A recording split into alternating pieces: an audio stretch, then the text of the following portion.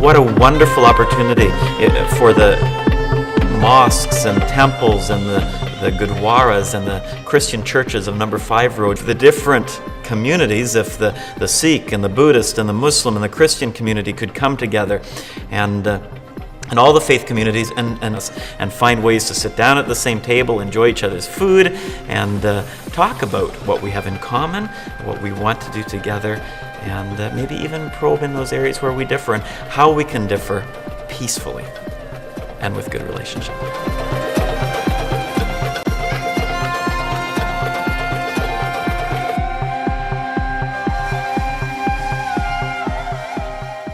Masjid is there, the mosque is there, the Hindu temple is there, the Buddhist temple is there, the church is there, and Sikh Gurdwara is there.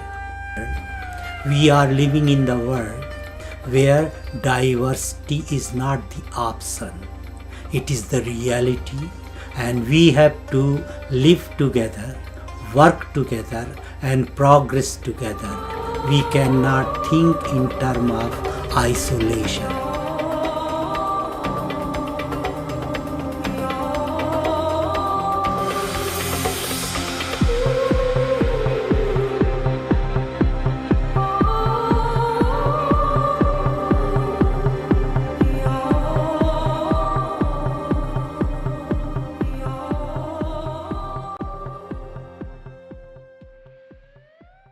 Our church is called Peace Mennonite Church. As Mennonites, we believe that it's always important for us to find creative ways to solve conflict non-violently. From this center, as well as from the Sikh religion and Sikh community, I would like to repeat the same message in the name of Nanak. We wish good, wellness, and prosperity to the whole mankind. I think all people want to live in peace. I think all good religious and spiritual people, moral people, understand that violence breeds violence. Since we're in an interconnected world, it is like hurting your family.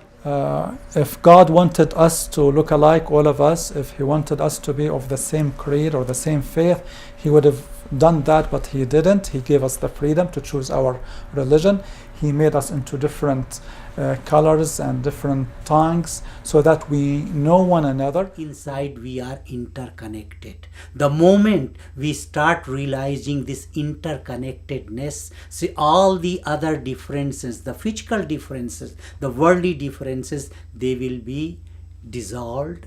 And that is the message of our Hindu scripture. I think this is good time to meet each other and to build a bridge between our hearts and to show our love to each other.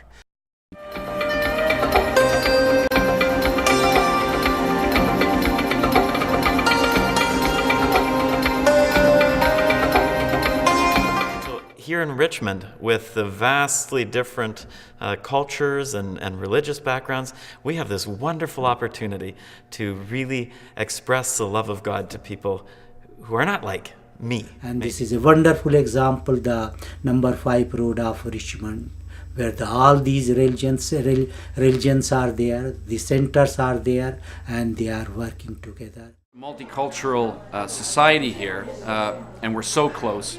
We get a lot of followers coming in here from other churches or temples or mosques, and they want to understand about what we do. And it's just that I think the experience on Number 5 Road is really a good one for people to know about. It has been dubbed the highway to heaven. And we invite Buddhist temple priests and Hindu mandir pujaris and the mosque people. So many times we get together and ask questions about the religion of each other.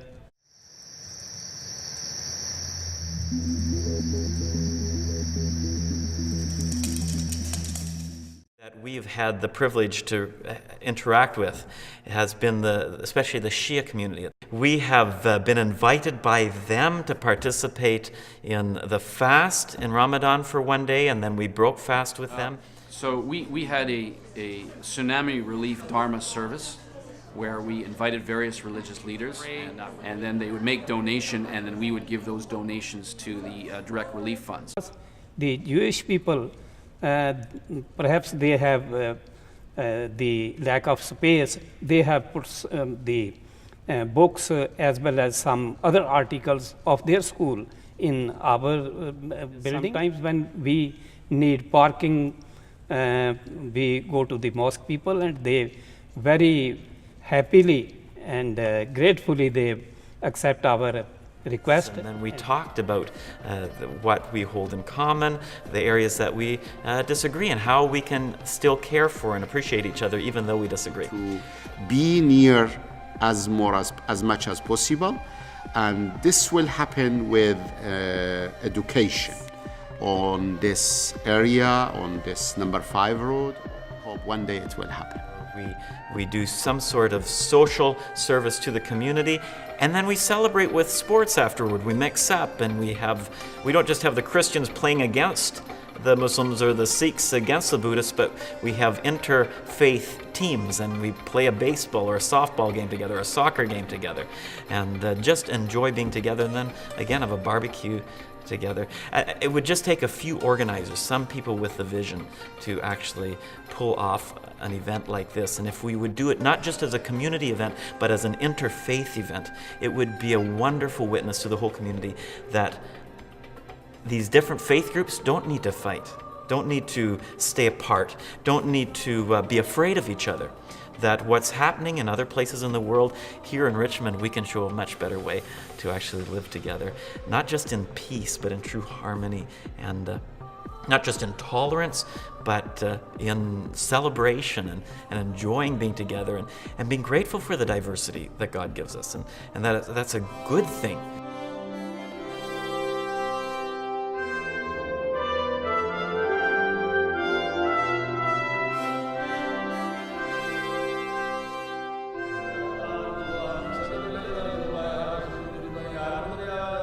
So, in my opinion, Sikhism is the most tolerant religion of the world, and it is one of the most important and visible religions, and it was founded by our first Guru, Guru Nanak Dev Ji, in India, in Punjab, and that was a multicultural society, multi-religious society, because so many castes, so many religions were prevalent at the advent of Guru Nanak Dev Ji.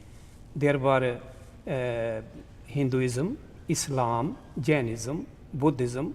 So Sikhism was born in a society which was multicultural and multi-religious, and Sikhism knows how to respect other religions.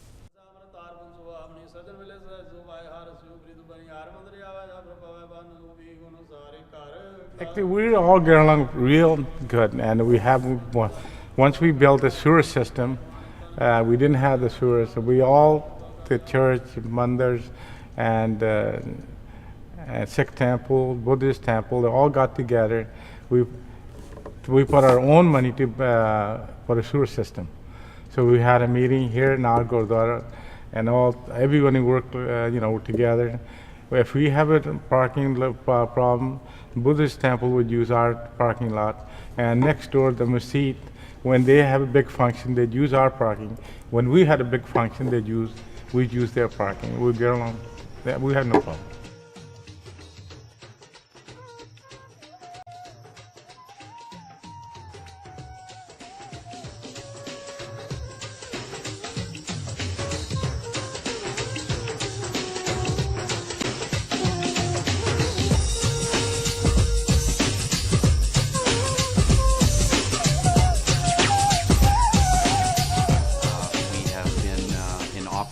Or in Canada since 1999.